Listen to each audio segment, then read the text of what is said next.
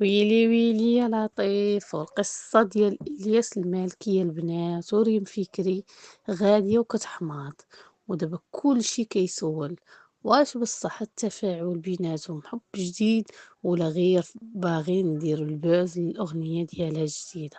النهار ريم فكري قالت فواحد ستوري انها تجاوزات المحنة ديالها ديال الزوج ديالها اللي كانت عاشت معاه وبغات تعاود مرة أخرى تجربة للزواج. إلياس أيضا ما كانش من العاكزين غلط، ودار واحد التعليق ريم فكري وكتب ليها أحبك في واحد التعليق. المصيبة اللي زادت شعلات مواقع التواصل ماشي هنايا، أنها ناضت ريم فكري وحطت لي قلب أحمر على هذيك أحبك. الناس ملي شافوا هذيك الكومونتير ما بقاو فهموا والو، كلشي ولا كيسول واش هاد القلب الاحمر كيعني انها كتبغيه بصح او لا فقط باغين يديروا البوز. وكاع الناس عارفين باللي الياس عزيز عليه البوز، وريم عارفينها بانها كتوجد واحد الاغنيه جديده. اذا كلشي كيسول واش هذه فقط لعبه جديده باش يسوقوا الأغنية ديالها وإلياس عنده يد معاها، ولا بصح نيت عندنا واحد الثنائي جديد غادي كيتشكل. اللي غريب في القصة وكيفاش كلشي جا مرتبط، كلشي التصريح ديال ريم اللي قالت انها بغات تعاود حياتها، والرد الجريء ديال إلياس في الكومونتير، والأغنية الرومانسية اللي يلا خرجت. والناس بداو كيقولوا يمكن هاد الأغنية فعلا خرجتها ريم على قبل إلياس حيت كتبغيه.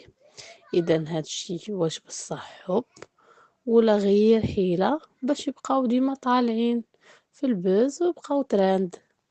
إذا الإشاعات غادية وكتزاد، والمتابعين بداو كيجبدوا شي تفاصيل صغيرة بحال قالك علاش إلياس اختار يقول ليها كنبغيك قدام بيبليك كيشوف كلشي كيشوف، وعلاش ريم أيضا قادرة قبلت باش تجاوبو بقلب. كلشي ولا كيهضر عليهم، كاين اللي كيدير عليهم فيديوهات تحليلية، كاين اللي كيدير عليهم ميمز، حتى الصحافة الإلكترونية دارت عليهم عرس.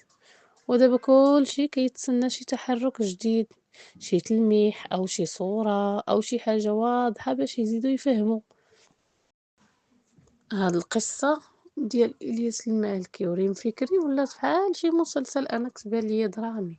كلشي كاع الناس ولاو كيتسناو في الحلقة الجاية ملي ريم عبرات على الرغبة ديالها باش ترجع تعاود الزواج، وقالت بأنها تجاوزت المهنة ديالها في واحد لاستوري. ناض سي إلياس حتى هو ما ترددش ودخل في لا كومونتير وقال لها أحبك، دار لها أحبك. الناس دابا كيسولوا واش إلياس كان كيتسنى فرصة باش يصرح بالحب ديالو، ولا غير شاف ان هاد اللحظة هي المناسبة باش يجبد الانتباه.